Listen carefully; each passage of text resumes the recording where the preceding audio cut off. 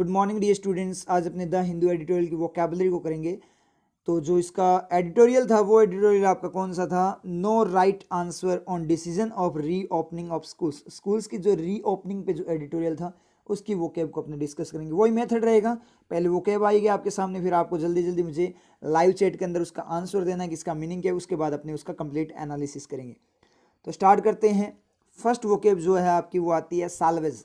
What is the meaning of salvage? जल्दी जल्दी मुझे आंसर करो, what is the meaning of salvage. अब चलते हैं इसके कंप्लीट एनालिसिस पे। तो कंप्लीट एनालिसिस की यहाँ पे बात करें तो साल्वेज का जो मीनिंग निकल कर आता है वो है बचाव, मदद देना, उबारना। किसी को उबारना मतलब उसको बचाना, उसको सही करना, आपका क्या होता है? साल्वेज का मीनिंग होता है। मीनिंग यहाँ इंग्लिश में देखें, सेव फ्रॉम रून, डिस्ट्रक्शन और हार्म। मतलब सेव करना है, बचाना है किसी को, किससे? रून का मतलब नष्ट होने से, डिस्ट्रक्शन बर्बाद होने से, और हार्म यानी नुकसान से बचाना है किसी को। ठीक है, बिल्कुल सही है।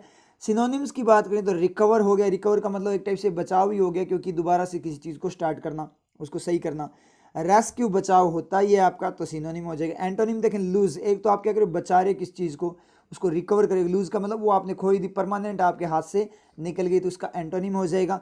अबेंडन का मतलब रोक देना होता ही आपका, तो रोक देना या छोड़ देना कोई चीज़ को। एक तो आप उससे बचा रहे हो, एक उसको छोड़ रहे हो, तो बिल्कुल अपोजिट हो जाएगा। यूजेस की यहाँ पे बात करें, इफ समथिंग इज सैल्वेज्ड, अगर कोई चीज़ सैल्वेज्ड होती है तो उसका मतलब क्या होता है? Someone manages to save it, कोई इसे कोशिश करता है क्या करने की? बचाने की, सेव करने की उसे कोशिश करता है। एडिटोरियल में चलें तो the dilemma of salvaging part of, dilemma of salvaging part of, किसी चीज़ का जो डिलेमा की फॉर्म में बात हुई थी, सैल्वेजिंग करनी थी किसी की पार्ट की, एकेडमिक ईयर वगैरह की ऐसी कोई बात हुई थी, तो कंप्लीट सेंटेंस के लिए आपको एडिटोरियल को गो थ्रू करना पड़ेगा। अब चलते हैं इसके पिक्चर एनालिसिस पे। तो पिक्चर एनालिसिस में बात करें तो यहाँ आता है quote, we salvage what we can. हम क्या करते हैं? सैल्वेज करते हैं, बचाते हैं, व्हाट वी कैन, जो हम बचा सकते हैं। हम बचाते हैं जो हम बचा सकते हैं। ह्यूमन नेचर बता रहे हैं।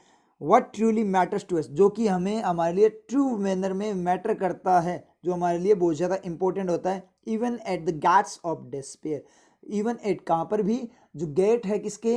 डिस्पेयर का मतलब निराशा के, ना उम्मीद के गेट पे भी, मतलब ना उम्मीद होने पर भी हम उस चीज़ को बचाते हैं जो हमारे लिए क्या करती है? मैटर करती है। बिल्कुल सही बात है। कोई भी ट्रेजेडी वगैरह हो जाए तो उसमें अपने सबसे पहले वही चीज़ बचाने की कोशिश करते हैं जो सबसे ज़्यादा हमें प्यारी हो। समझ में आ रही चीज़? जैसे फ्लड वगैरह कहीं पे आ जाए तो वहाँ पे क्या करते हैं? अपने फ्लड वगैरह अगर अपने आ जाए कहीं पे, तो वहाँ पे क्या करते हैं? जो आपकी कीमती चीज़ें हैं उनको आप बचाने की कोशिश करते हो। आप लोग क्या बचाने की कोशिश करते हो? आप लोग अपने डॉक्यूमेंट्स बचाने की कोशिश करते हो। क्यों? क्योंकि वही आपको क्या करवा सकते हैं? जॉब वगैरह दिलवा सकते हैं। समझ में आई चीज़?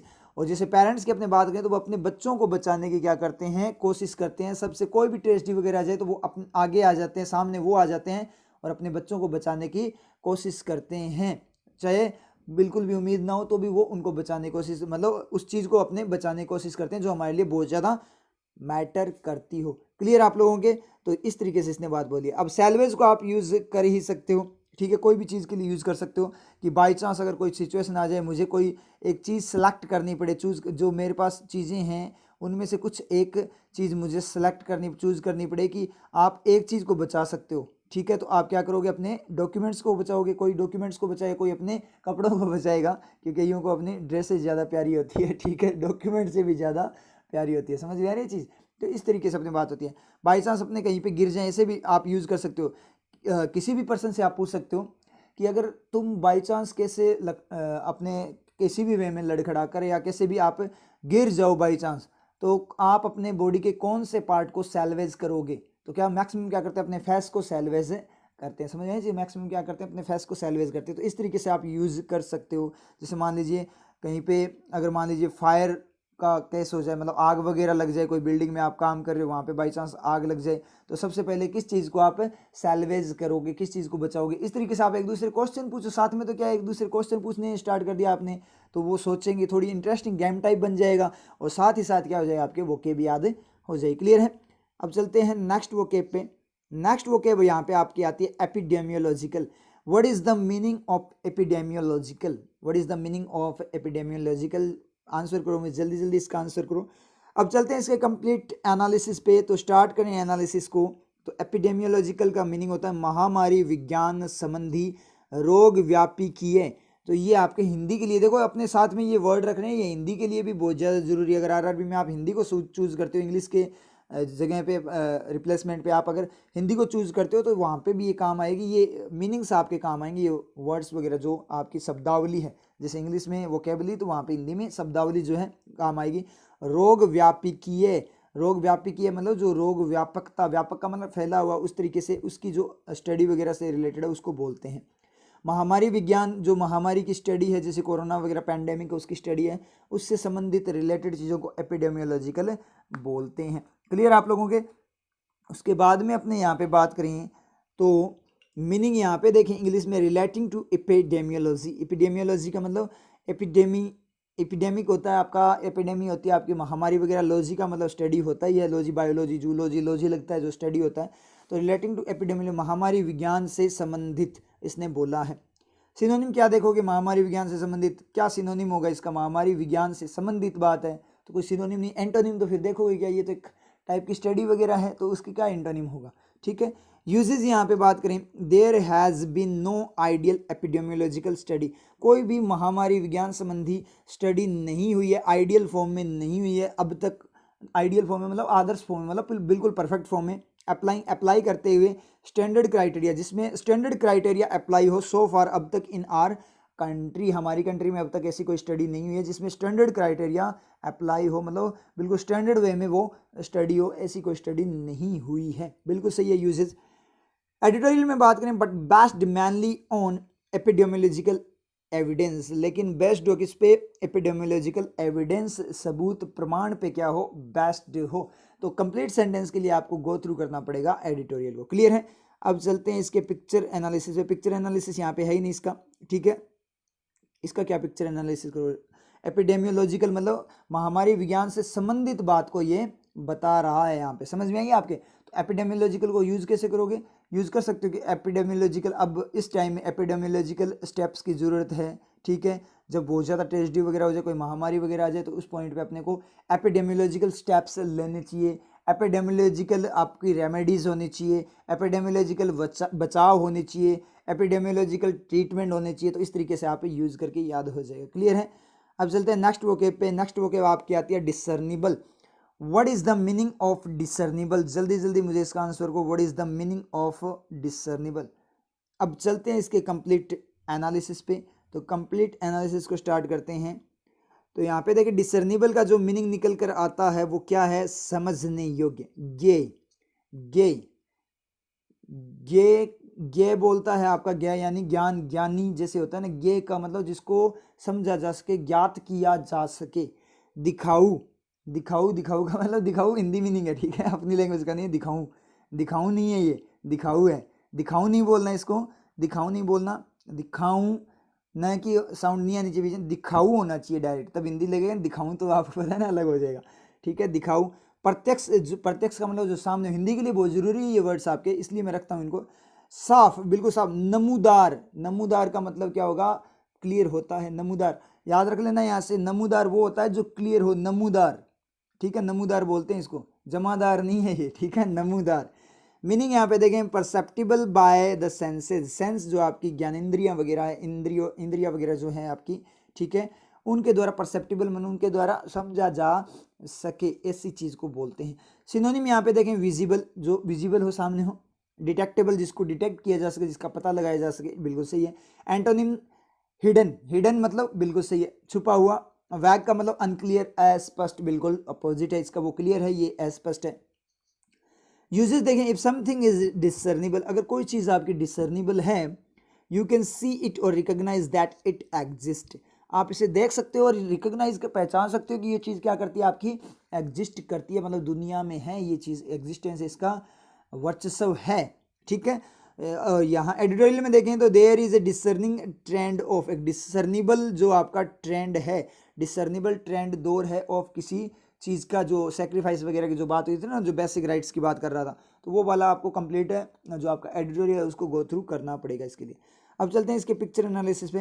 तो पिक्चर एनालिसिस में यहीं पे फिर वो दो पीजन आपके कबूतर आए हैं, वो पहले वाला पूछ रहा है what is the opposite of discernible, क्या है, तो दूसरे वाला बता रहा है अपोजिट, क्या क्या अपोजिट होता है इसका डिसर्निबल का, वो बता रहा है इम्परसेप्टिबल मतलब जिसका पता ना लगाया जा सके, इनविजिबल दिख ना सके, इनडिस्टिंक्ट, ऑब्सक्योर, अननोटिसेबल मतलब सारे के सारे जिसका पता ना लगाया जा सके, हिडन, वैग, ऑब्सक्योर्ड, अनरिकग्नाइजेबल जिसको रिकग्नाइज ना किया जा सके, मतलब सारे के सारे इसका एंटोनिम है जो अनक्लियर है उनको ये बता रहा है। समझ में आया? डिसर्निबल अब आप यूज कर सकते हो कि कोई भी टॉपिक हो, कोई भी किसी भी सब्जेक्ट का कोई भी टॉपिक हो, वो सारे के सारे क्या होते हैं? डिसर्निबल होते हैं अगर अपने सेंसेस को यूज करें तो एक चीज़ मैं आपको क्लियर कर दूं कि आप कोई भी सब्जेक्ट हो, मैथ्स, रीजनिंग, इंग्लिश, जियोग्राफी, कोई भी सब्जेक्ट हो, आपका एक मस्त मेथड बताता हूँ आपको, आपके कभी दिक्कत नहीं होगी। सेंस के साथ आप पिक्चर बना लिया करो हर चीज़, रीजनिंग वगैरह कोई भी सब्जेक्ट हो आपका, कोई भी आप सब्जेक्ट करते हो, ठीक है। जैसे मान लीजिए रीजनिंग में सिलोग्स कर रहे हो आप, इक्वलिटी इनइक्वलिटी कर रहे हो, या फिर रीजनिंग में जो आपके आते हैं, जैसे मान लीजिए कथन कार्यवाही वाली जो आते हैं, स्टेटमेंट वगैरह, तो उन सब में आप क्या करो, जो स्टेटमेंट वगैरह आपसे आते हैं ना, कथन कार्यवाही के जो क्वेश्चंस आते हैं, उनमें आप क्या करो, एक पिक्चर बनाया करो माइंड के अंदर। ये सबसे इंपॉर्टेंट सेंसिबल चीज़ होती है। कोई भी सब्जेक्ट हो, इंग्लिश ओनली इंग्लिश में अप्लाई नहीं होता, सेंस हर जगह अप्लाई होता है। जब इंग्लिश को अपने इतना चेंज कर दिया तो कोई भी सब्जेक्ट आपका आपके अकॉर्डिंग चल सकता है। जब इंग्लिश अपने अकॉर्डिंग रन करवाते हैं, अपने चलाते हैं, तो कोई भी सब्जेक्ट को आप अपने अकॉर्डिंग चला सकते हो। समझ में आई चीज़? सब्जेक्ट के अकॉर्डिंग आपको नहीं चलना, सब्जेक्ट को अपने अकॉर्डिंग चलाना, अगर आपका सेंस बना हुआ है तो। समझ में आई चीज़? तो सेंसिबल फॉर्म में अगर अपने बात करें तो माइंड में आप क्या क्या करो, पिक्चर बनाए। कोई भी सब्जेक्ट हो, कोई भी मान लीजिए जियोग्राफी, हिस्ट्री वगैरह, कोई भी सब्जेक्ट आ जाए आपके पास, जीके वगैरह कोई भी सब्जेक्ट आ जाए, ठीक है, तो आपको क्या करनी है, वहाँ पे पिक्चर बनानी है। आपको दिखना चाहिए कि चल क्या रहा है। समझ में ये चीज़? आपको माइंड में दिखना चाहिए कि चल क्या रहा है। तो कितना ही एडवांस लेवल का क्वेश्चन आ जाए, आपकी कभी दिख नहीं, तो तब क्या होता है, मैक्सिमम स्टूडेंट्स के क्या होता है, मेंस के एग्जाम में, प्री तो कोई दिक्कत नहीं है, लेकिन मेंस के एग्जाम में क्या होती है, कोई भी सब्जेक्ट हो उसमें प्रॉब्लम आती है उनके साथ, मतलब उनको समझ भी नहीं आता करना क्या है, कैसे होगा। तो आप क्या किया करो, हर चीज़ में क्या किया करो, पिक्चर बनाया करो। पिक्चर बनाओगे तो आपको सारी चीज़ें साफ साफ दिखेगी कि चल क्या रहा है और करना क्या है। तो सारी की सारी चीज़ें आपकी क्या होगी, सामने होगी, डिसर्निबल फॉर्म में होगी। तो आप इजीली उस क्वेश्चन को कर लो। ये गारंटी है, करके देख लेना चाहिए आप, 100% गारंटी है आपका, 100% वो क्वेश्चन आपका हो जाएगा, गारंटी है ये, और बिल्कुल एक्यूरेट होगा अगर आप पिक्चर बनाकर करते हो तो। ठीक है, तो रट कर नहीं चलना, ये चीज़ मैं आपको बताऊँ, रूल्स वगैरह होते ही नहीं है, सारा का सारा जो होता है वो क्या होता है, सेंस होता है। तो इस तरीके से आपको डिसर्निबल को यूज़ कर सकते हो। कोई भी बात हो कि ये बात यार डिसर्निबल है, मतलब समझने योग्य, इस तरीके से आप यूज़ कर लेना। ठीक है, आगे अपनी बात करें, नेक्स्ट वोकेब आपकी जो आती है, नेक्स्ट वोकेब आपकी आती है impoverish. What is the meaning of impoverish? What is the meaning of impoverish? जल्दी जल्दी मुझे इसका आंसर दो लाइव चैट के अंदर, जल्दी जल्दी बताओ what is the meaning of impoverish. ठीक है, now come to the complete analysis.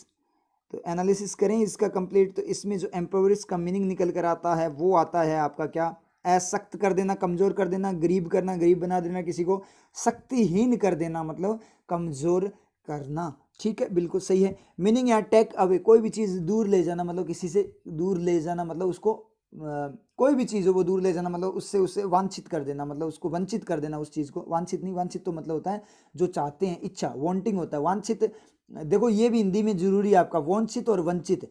वांछित, वांछित और वंचित में क्या डिफरेंस है?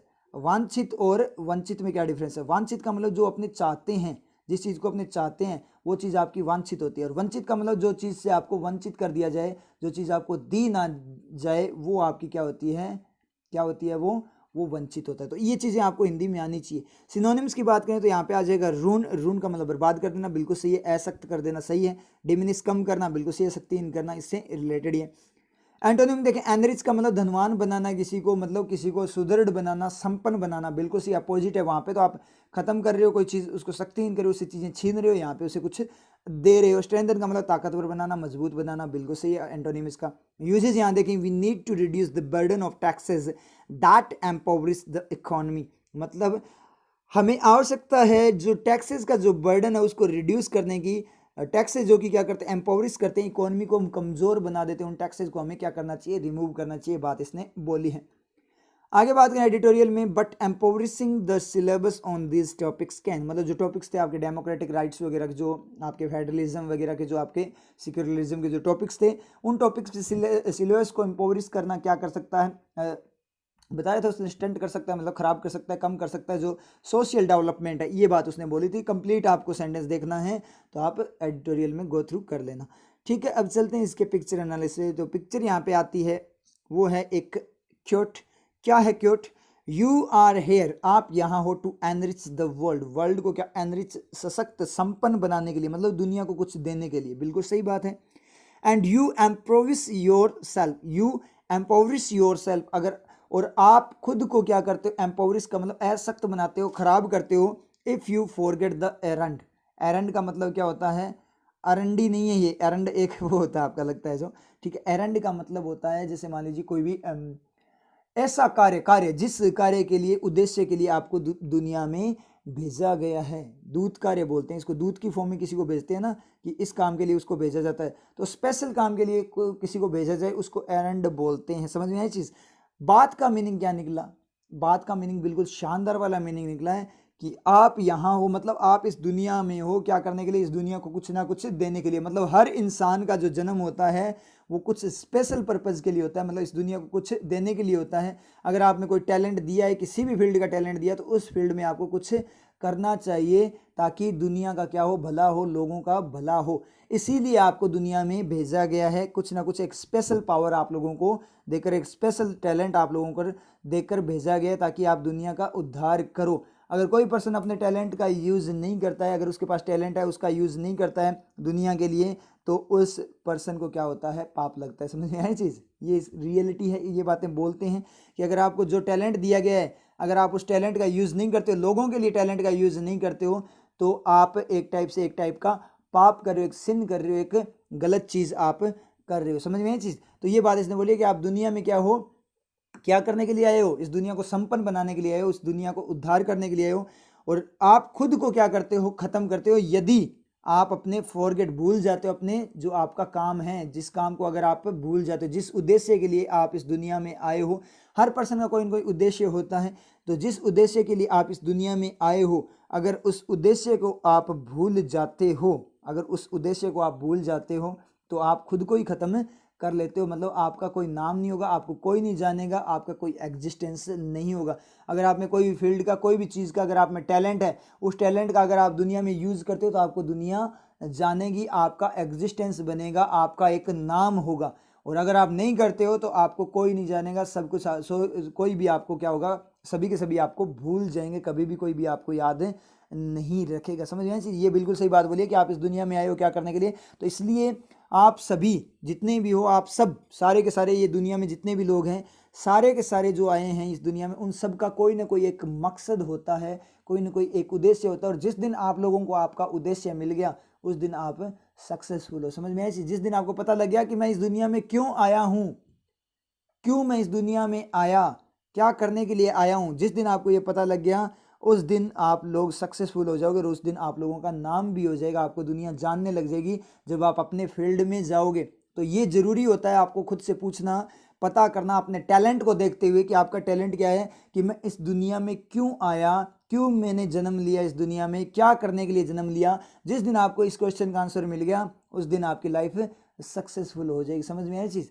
तो ये चीज़ इसने बोली, बहुत शानदार वाली बात है बोली है, और ये अप्लाई भी करनी चाहिए आप लोगों को, कि आप लोगों में जो टैलेंट है, उस टैलेंट को आप लोगों ने क्या कर, उसका यूज़ करके दुनिया में ज्ञान बांटना चाहिए। मतलब उस टैलेंट का यूज़ करके लोगों की हेल्प आप लोगों को करनी चाहिए। यही रियल जो अपना काम होता है, जो रियल अपना एम है, सबसे इंपॉर्टेंट एम है, जो आपका जो रियल उद्देश्य होता है, वो यही होता है। पहले जॉब लेनी जरूरी है, क्योंकि स्टेबल होना जरूरी है, क्योंकि अगर स्टेबल ही नहीं होगे तो आप कुछ नहीं कर सकते। जब आप खुद ही स्टेबल नहीं हो, आपके पास अर्निंग ही नहीं है, फिर आप क्या कर दोगे, किसी की मदद नहीं कर सकते। इसलिए पहले खुद को स्टेबल होना है, और रियल जो आपका एम आएगा, रियल जो उद्देश्य होगा लास्ट में जाकर, वो कौन सा उद्देश्य होगा, वो उद्देश्य होगा जो आप कर सकते हो, जो आप में टैलेंट है। समझ में है चीज़। तो ये बात इसने बोली है। तो एम्पावरिश तो आपके याद हो गया होगा कि मैं क्या करूँगा, मेरे टैलेंट को कभी भी एम्पावरिश नहीं होने दूंगा। समझ में है चीज़।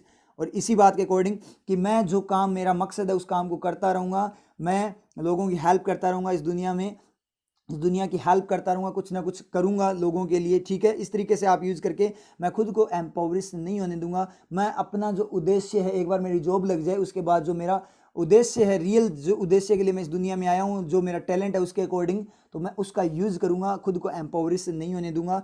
और ये आप स्टडी के लिए भी यूज़ कर सकते हो कि नेगेटिविटी नहीं लेकर आऊँगा बिल्कुल भी, क्योंकि नेगेटिविटी लाने से मैं एम्पावरिश हो जाऊँगा। मैं बिल्कुल बहुत ज़्यादा मेहनत के साथ 100% अपनी जो परफॉर्मेंस जो है, 100% कॉन्सेंट्रेशन के साथ क्या करूँगा, तैयारी करूँगा, खुद को एम्पावरिश नहीं होने दूंगा, सिलेक्शन लेकर जाऊँगा, एम्पावरिश नहीं होने दूंगा खुद को। समझ गए? इस तरीके से आपकी याद हो जाएगा। अब चलते हैं इसके नेक्स्ट वोकेब पे। तो नेक्स्ट वोकेब आपकी आती है vet. What is the meaning of vet? जल्दी जल्दी मुझे। VET है, WET नहीं है, VET है वैट, WET नहीं है। तो what is the meaning of vet? अब चलते हैं इसके कंप्लीट एनालिसिस पे। तो एनालिसिस में अगर अपने बात करें, वैट का मीनिंग यहाँ पे निकल कर आता है जांचना, भली प्रकार जांच करना, मतलब बहुत ज़्यादा डीप वे में जांच करना। ठीक है। मीनिंग एग्जामिन केयरफुली, एग्जामिन करना केयरफुल वे में, मतलब जांच करना अच्छे तरीके से, मतलब केयर के साथ। सिनोनिम स्कैन हो गया, मतलब बहुत ज़्यादा हाई लेवल पे स्कैनिंग, मतलब जांच, ऑब्जर्वेशन, ऑब्जर्व आपकी जांच, निरीक्षण हो ही गया। एंटोनिम इग्नोर, एक तो आप जांच करें, एक इग्नोर कर दिया, उसको टाल दिया। ओवरलुक, ध्यान न देना, एक आपने ध्यान नहीं दिया, एक जांच कर रहे हो अच्छे से ध्यान से, तो एंटोनिम हो जाएगा इसका। यूजेस देखें, if someone is vetted they are investigated fully. अगर कोई भी क्या है वेटेड है तो वो क्या होता है, इन्वेस्टिगेट किया जाता है फुल वे में, मतलब बहुत ज़्यादा हाई लेवल पे उसकी छानबीन की जाती है अगर वो वेटेड फॉर्म में है, मतलब अगर उसका वेट किया जाता है तो। ठीक है। और वेट बोल रहा हूँ मैं, वेट नहीं बोल रहा, एक वेट होता है, ठीक है, WAIT, एक WEIGST वेट होता है। ठीक है। तो ये आपके आपस में आपको चेक करना है कि इनमें क्या होता है, डिफरेंस होता है। समझ में आई चीज़? बोलने में प्रोनाउंसिएशन भी थोड़ा अलग अलग होता है इनका। एडिटोरियल में मतलब थोड़ा अलग प्रोनाउंसिएशन, इसलिए प्रोनाउंसिएशन पे भी वर्क करना जरूरी होता है आप लोगों को। ठीक है, क्योंकि थोड़ा थोड़ा अलग प्रोनाउंसिएशन होता है, नहीं तो सारे एक ही लगेंगे, बोल क्या रहे हैं। एडिटोरियल में बात करें, such decision should be vetted by, ये जो डिसीजन है वो शुड बी किए जाने चाहिए वेटेड बाय, किसी के द्वारा, जो एक्सपर्ट वगैरह की बात हुई थी। एडिटोरियल देख लेना कंप्लीट सेंटेंस के लिए। यहाँ पे अगर अपने पिक्चर एनालिसिस की बात करें तो यहाँ पे पिक्चर आती है, दिखाई दे रही होगी आपको, एक डॉक्टर है, ठीक है, और एक क्या है, उसकी गोद में क्या है, केट है, बिल्ली है। डॉक्टर है और गोद में उसके क्या है, केट यानी बिल्ली है। और हो क्या रहा है, डॉक्टर केट की जांच नहीं कर रहा, ठीक है, कर रही, ठीक है, कौन कर रहा है, केट, जो बिल्ली है वो डॉक्टर की जांच कर रही है। बिल्कुल अपोजिट, बिल्कुल मस्त है, सही है, ये काम सही है बिल्कुल। ठीक है, क्या कर रही है केट, देखो, एक तो देखो कैसे देख रही है इसको, एक तो देखना ये कैसे देख रही है, बिल्कुल मतलब जांच स्टार्ट करने से पहले से देख रही है, कंफर्मेशन ले रही है कि कर लूँ क्या जांच। ठीक है, तो उसने वो बिल्कुल भी रिएक्ट नहीं करी, आराम से है, तो उसने क्या किया, जांच करनी स्टार्ट कर दी। तो ये बिल्कुल सही है, बिल्ली क्या कर रही है, डॉक्टर की जांच कर रही है। समझे जी? तो आप में से बहुत सारे ऐसे होते हैं, जैसे जब छोटे बच्चे थे तो आपने क्या होता था, जब जांच वगैरह की जाए डॉक्टर की, तो अपने डॉक्टर की जांच कर देते थे जब छोटे बच्चे थे तब। ठीक है, कई बार समझे चीज़, खा जाते थे, काट खाते थे उनको। ठीक है, तो वो वाली चीज़ तो होती है। ठीक है, तो वो वाला केस है यहाँ पे। तो याद कैसे हो जाएगा, याद हो जाएगा वैट का मतलब हर चीज़ को, हर सब्जेक्ट को। अब से अब जो क्वेश्चन है, जैसे मान लीजिए आप ऑनलाइन टेस्ट करते हो, उसके बाद में क्या करना है, ये मेथड होता है आपका इम्प्रूवमेंट का।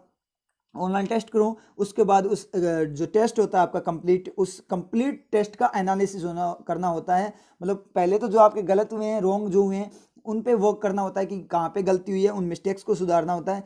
उसके बाद में क्या करना होता है, उसके बाद में जो बचे हुए, जो आपके रिमेनिंग क्वेश्चन थे, जो आपसे छूट गए थे, आप नहीं कर पाए थे उस लिमिटेड टाइप के अंदर, जो आप ऑनलाइन टेस्ट वगैरह लगाते हो घर पे, तो वो क्वेश्चन करके देखने की। कई बार अपने को ये होता है कि कोई दूसरा जो आपका जो था, मतलब यहाँ पे टॉपिक वगैरह, उसका क्वेश्चन करते तो स्पीड ज़्यादा आती, तो उससे आपका सिलेक्शन मेथड बनता है कि एग्जाम में अपने को कौन से क्वेश्चन है पहले करने हैं, कौन से पहले सेलेक्ट करने हैं, ताकि अपनी स्पीड भी इंक्रीज हो और साथ में एक्यूरेसी भी अपनी बने। तो उसके अकॉर्डिंग आप जब टेस्ट करते हो तो वो क्लियर ऑब्जर्वेशन, आपको डीप वे में ऑब्जर्वेशन करना होता है टेस्ट करके, कि पहले गलत वाले की कहाँ पे गलती हुई है तो गलतियां सुधारनी है, फिर उसके बाद में कंप्लीट पेपर को करना होता है। जो आपसे छूट के क्वेश्चन वो भी आपको करने होते हैं। देखना होता है कि बाई चांस अगर जिस पैटर्न के मैंने किए उस पैटर्न के ना आए और जो छोड़े थे उन पैटर्न के आ जाए, तो मैं कैसे हैंडल करूंगा। या फिर कोई दूसरा पैटर्न जो होता है वो ज़्यादा ईजी होता है, क्या मतलब स्पीड ज़्यादा देता है, एक्यूरेसी ज़्यादा देता है क्या, क्योंकि वहाँ पे तो अपने स्पीड में क्या होता है, जो सामने आता है उनको करते जाते हैं।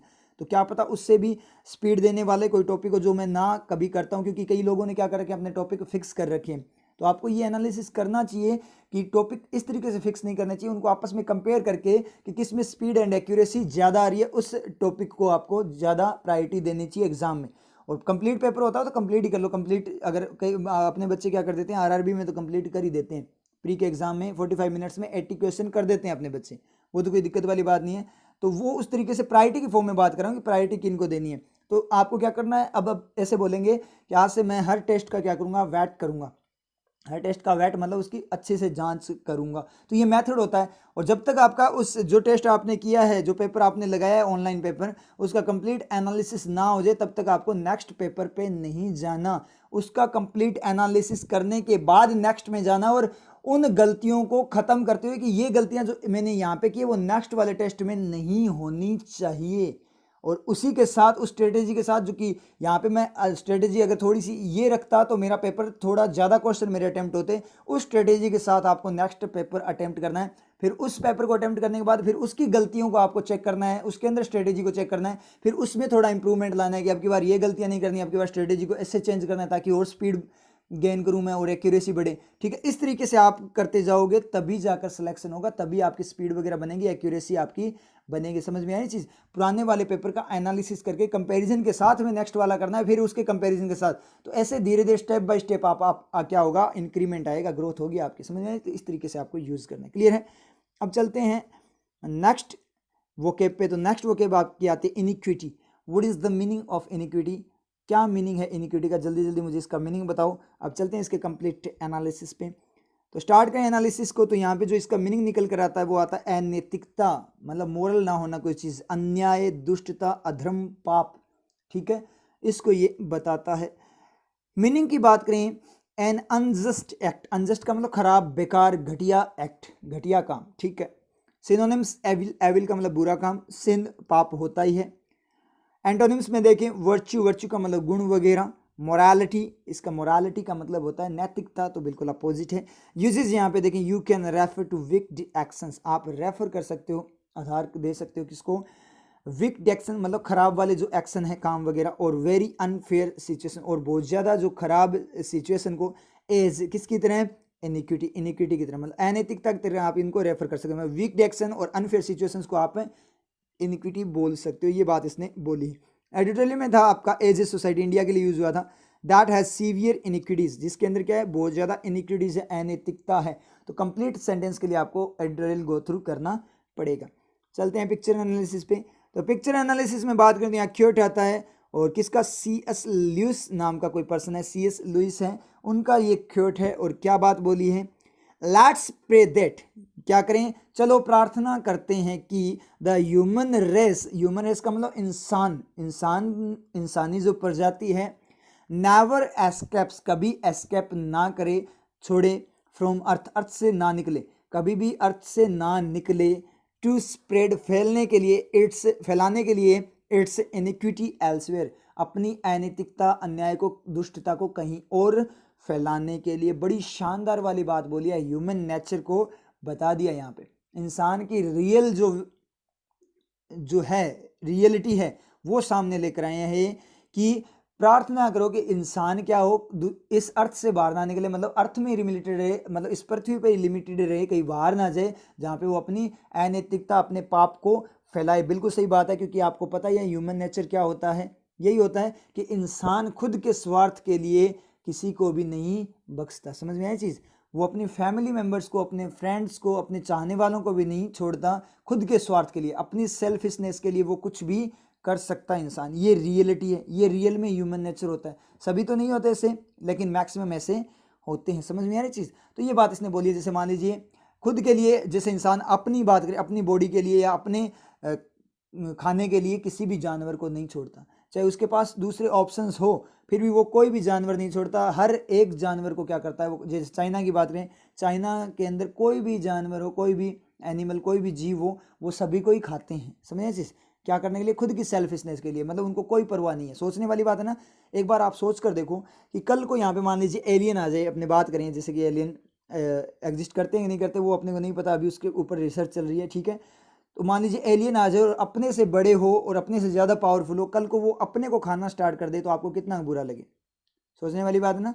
कितना बुरा लगे आपको, कितनी तकलीफ हो ना आप लोगों को, तब तो आप बोलोगे ये ऐसे कैसे कर रहे हैं। तो ये सेम की सेम तकलीफ क्या होती है, जानवरों को होती है। जो लोग जो मांसाहारी होते हैं, जो जानवरों को खाते हैं, वो लोग इस बात पे ध्यान दें कि जितनी तकलीफ अपने को होती है ना, सेम की सेम तकलीफ क्या होती है उन जानवरों, वो भी एक जीव है, आपको दूसरे ऑप्शन है, खूब ऑप्शन है खाने के, तो आप उनको खाना कोई ज़रूरी नहीं है ना, गलत है। और दूसरी बात, अपना किसी पे अधिकार नहीं होता, किसी दूसरे जीव पे अधिकार नहीं होता, अपने जैसी आत्मा उनके अंदर होती है। अपने को बिल्कुल भी अधिकार नहीं होता कि हम किसी की लाइफ को क्या करें, स्पॉइल करें, किसी की लाइफ को ख़त्म करें अपनी लाइफ के लिए। ये किसी के पास अधिकार नहीं होता। समझ में आई चीज़? तो ये वाला केस बताया। अब देखो कोरोना से मर रहे हैं लोग, अब कितनी तकलीफ हो रही है ना अपने को, तो वो भी तो क्या है, एक वायरस ही है, एक जानवर ही मान लो, एक टाइप का, वो अपने को खा रहा है, तब अपने को बड़ी तकलीफ हो रही है। जब अपने उन जानवरों को खाते हैं तब तो अपने को बड़ी तकलीफ, बिल्कुल भी तकलीफ नहीं होती, तब तो अपने को क्या मसल्स गेन करनी होती है। समझ में आया चीज़? तो ये बहुत ज़्यादा गलत चीज़ है। और नेचर बदला लेती है, जो इतने ज़्यादा पाप बढ़ चुके हैं, इतने ज़्यादा जानवरों को मारा जा रहा है, ठीक है। उसके बाद में अपने बात करें, जंगल वगैरह काटे जा रहे हैं, फॉरेस्ट वगैरह सारे काटे जा रहे हैं, कितने जंगल वगैरह काटे जा रहे हैं, क्या करने के लिए, खुद के डेवलपमेंट के लिए। इंसान खुद के डेवलपमेंट के लिए क्या कर रहा है, कुछ भी नहीं देख रहा, नेचर को कुछ भी नहीं समझ रहा वो। तो नेचर ने अपना बदला ले लिया, नेचर बदला ले लेती है। कैसे? ये कोरोना आ गया, अब कोरोना ने बदला ले लिया, और उसके बाद फ्लड वगैरह तो आती रहती है। केरला के अंदर रिवर वगैरह, जो नदियाँ, उनके जो रास्ते थे, पाथ थे, उसको क्या कर दिया था, नैरो बना दिया था उन्होंने, खुद का मतलब बिल्डिंग्स वगैरह तैयार करके पूरा केरला ही साफ कर दिया उसने। अब असम वगैरह के अंदर भी तो फ्लड आ रही है। तो ये नेचर है, नेचर क्या करती है, बदला लेती है। तो नेचर के साथ खिलवाड़ नहीं करना चाहिए, गलत चीज़ है ये, समझ में चीज़? तो यही बात इस बंदे ने बोली है कि बहुत अच्छी बात बोली है इसने, कि प्रार्थना करो भगवान से कि इंसान है ना यहाँ अर्थ से बाहर ना निकल पाए, क्योंकि अर्थ को तो उसने बर्बाद करके छोड़ ही दिया, क्योंकि यहाँ तो कुछ छोड़ा ही नहीं है। अब यहाँ पे मतलब नेचर तो इतनी बची नहीं है, कितनी ज़्यादा नेचर को ख़त्म कर दिया, कितनी ज़्यादा अच्छी नेचर, मतलब दिखने में कितने सुंदर, अपने बात करें तो कितना ज़्यादा नेचर के कारण क्या होता है कि कोई भी जो आपका एरिया हो वो क्या हो, बहुत ब्यूटीफुल दिखाई देता है। तो ब्यूटी तो सारी की सारी इसने ख़त्म कर दी इंसान ने। तो इससे अच्छा है ना कि अर्थ को तो ख़त्म कर दिया, तो अर्थ पे ही रहे, बाहर ना निकले। नहीं तो बाहर निकल गया तो वहाँ पे भी अपनी जो दुष्टता है उसको क्या करेगा, ये फैलाएगा दूसरे जो प्लैनेट्स हैं उनके ऊपर भी। ये बात इस बंदे ने बोली है और बिल्कुल सही बात बोली है। अब यहाँ से क्या करेंगे कि हमें इनिक्विटी नहीं रखनी, इनिक्विटी को ख़त्म करना है। इस तरीके से आप यूज़ कर लेना, ठीक है। कोई भी पर्सन आप गलत काम करे तो उसको बोला ये इनिक्विटी के लक्षण है आपके अंदर, तो ये इनिक्विटी को तो ख़त्म करना है, तो इनिक्विटी के लक्षण नहीं रखने अपने को। इस तरीके से आप क्या करो, इनको यूज़ करो, आपके वोकेब याद हो जाए। क्लियर है? तो ये जो वोकेब थी आपकी, वो एडिटोरियल की लास्ट वोकेब थी इस एडिटोरियल की। क्लियर है? तो वोकेब जितनी भी है जो आपको अब तक करवा दी, वो सारी की सारी आप रिवाइज करो, खुद से भी करते हो तो वोकेब जितनी करोगे उतनी ही कम है, कोई दिक्कत नहीं है, ठीक है। आपके पास सेंस है, सेंस आपका चमका हुआ है, ठीक है। आपको वर्किंग इंग्लिश की सारी करवा दी मैंने, सारी की सारी वर्किंग आप लोगों को आती है, ठीक है। और उसके बाद में वोकेब और तैयार करनी है। इसका मतलब वर्किंग करवा दी, इसका मतलब ये नहीं है कि आगे से क्लासेस नहीं लूँगा मैं, क्लासेस तो नहीं चलेगी, मैं वैसे बोल रहा हूँ कि वर्किंग आप लोगों को आती है, ठीक है। उसके बाद में सेंस आपका चमका हुआ है, प्लस आपने वोकेब कर दी, तो फिर तो आपके 100 आउट ऑफ 100 मार्क्स आएंगे, फिर तो आपको कोई रोक ही नहीं सकता। समझ में आ रही चीज़? वैसे भी अपने 100 मार्क्स तो 100 के लगभग ले ही जाते हैं, मैक्सिमम मार्क्स बहुत ज़्यादा गेन करते हैं। अब वोकेब थोड़ी सी गड़बड़ करती है, लेकिन वर्किंग से अपने सेंस से क्या करते हैं, वोकेब भी देख लेते हैं वहाँ एग्जाम के अंदर। और फिर भी अगर वोकेब डायरेक्ट वोकेब पे ही क्वेश्चन आ जाए सिनोनिम एंटोनिम का, तो अगर उसमें भी अपने क्या तैयार रहेंगे, अगर आपके वोकेब याद है तो। समझ में आई चीज़? तो सबसे इंपॉर्टेंट जो चीज़ है, सबसे फर्स्ट प्रायोरिटी किसकी होती है, सेंस की होती है, ठीक है। क्योंकि सेंस चमका होना है, सोचने की शक्ति होनी चाहिए आपके अंदर। सेकंड प्रायोरिटी अगर इंग्लिश की बात करें तो इंग्लिश की वर्किंग होती है। उसके बाद थर्ड प्रायोरिटी की बात करें तो वोकेब होती है। समझ में आई चीज़? तो ये चीज़ होती है, और रीडिंग वगैरह जो होती है वो होती है। और वैसे बात करें तो सारे सबकी प्रायोरिटी बराबर होती है, अपने को किसी भी वे में पीछे नहीं रहना, सारी चीज़ें अपनी स्ट्रांग होनी चाहिए। क्लियर आप लोगों की? ठीक है, फिर मिलते हैं नेक्स्ट क्लास में। क्या आपने कभी ध्यान दिया है कि जिस वृक्ष पर अधिक फल लगे होते हैं वो उन फलों के भार के कारण अधिक झुका हुआ होता है? यही नीति हमें अपने जीवन में भी अपनानी चाहिए। आप जीवन में कितनी भी सफलता, ज्ञान, यश और धन अर्जित करें, उतना ही आपका व्यक्तित्व सौम्य और मृदुल होना चाहिए। ज्ञान से अपने व्यवहार में सौम्यता और गहराई लाएं, अहंकार नहीं। केवल तभी यह संसार आपकी उपलब्धियों का आदर और सम्मान करेगा। नीतियां मेरी, नियति आपकी।